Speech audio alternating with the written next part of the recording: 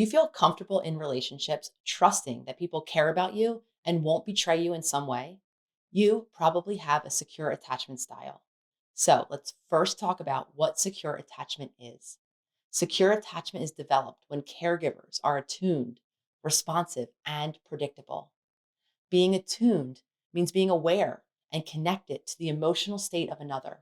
So, for example, you're feeling really overwhelmed, and your parents acknowledge you're feeling this way. Being responsive means doing things to show you're attuned to the emotional state of another. If you're overwhelmed, they're going to notice it and ask you about how you're feeling. And the important part is when you talk about what you think or what you feel, your feelings are going to be understood and validated. They're not going to be dismissed or invalidated. You generally have the consistent presence of a patient and calming person who is able to offer support or soothing when needed. This environment teaches us that it's safe to have emotions and that there are healthy ways to deal with these emotions. Overall, developing secure attachment comes from growing up in a home where the caregivers are predictable. They do what they say they're going to do. And over time, we develop this knowing that we can trust people to love, support, and take care of us.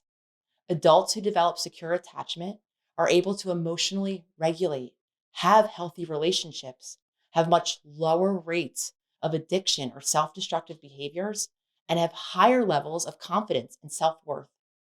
This self worth comes because they've been taught how to cope with life. They have had relationships that provided safety and security to support them through the stress of living. People with secure attachment are comfortable setting boundaries. They know when to walk away from situations that are unhealthy. An easy way to think about people with secure attachment is that they know what is theirs to deal with and what is someone else's to deal with. This is different from insecure attachment styles, where there's a lot of enabling, caretaking, and codependency. When someone has a secure attachment style, they don't really engage in those behaviors because they don't feel overly responsible for other adults. And they don't believe that their role in relationships is to appease or please others. They come into relationships as a whole being, able to contribute and act as an equal partner.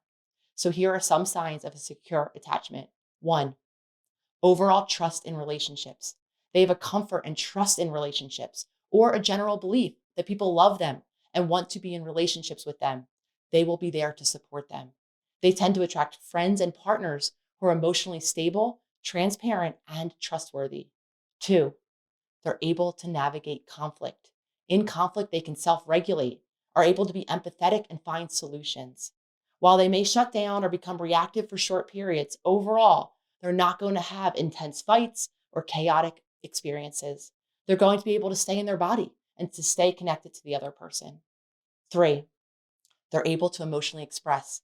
They're able to communicate clearly what they actually feel, be vulnerable, and are comfortable having emotions and difficult conversations. Four, they're able to attune to others. They can attune to how other people feel, have empathy for other people's experiences, and hold space, even when they don't necessarily agree with them or share the same reality. A core trait with people with secure attachment is they are not hypervigilant, always looking for clues about how other people are feeling or what they're thinking.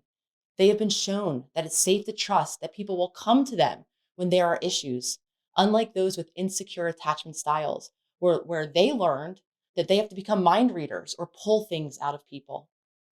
Five, they can set boundaries.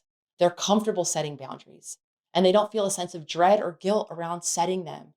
They know that healthy people respect boundaries and feel pretty comfortable saying no or letting people know when they've crossed the limit. Now, I want you to keep in mind secure attachment is a spectrum.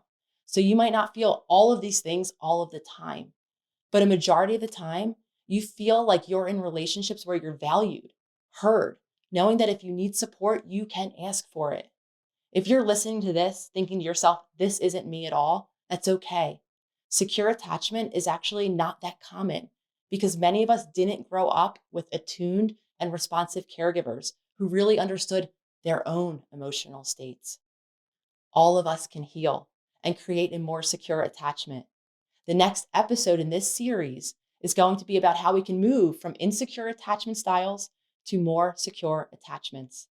I'm going to show you some tools and practices that you can use to develop that feeling of security in all of your relationships, including your relationship with yourself. If you resonate with secure attachment, I want to hear from you in the comments. What does this look like in your own relationships? And subscribe so that you can get the final episode in this series on attachment styles.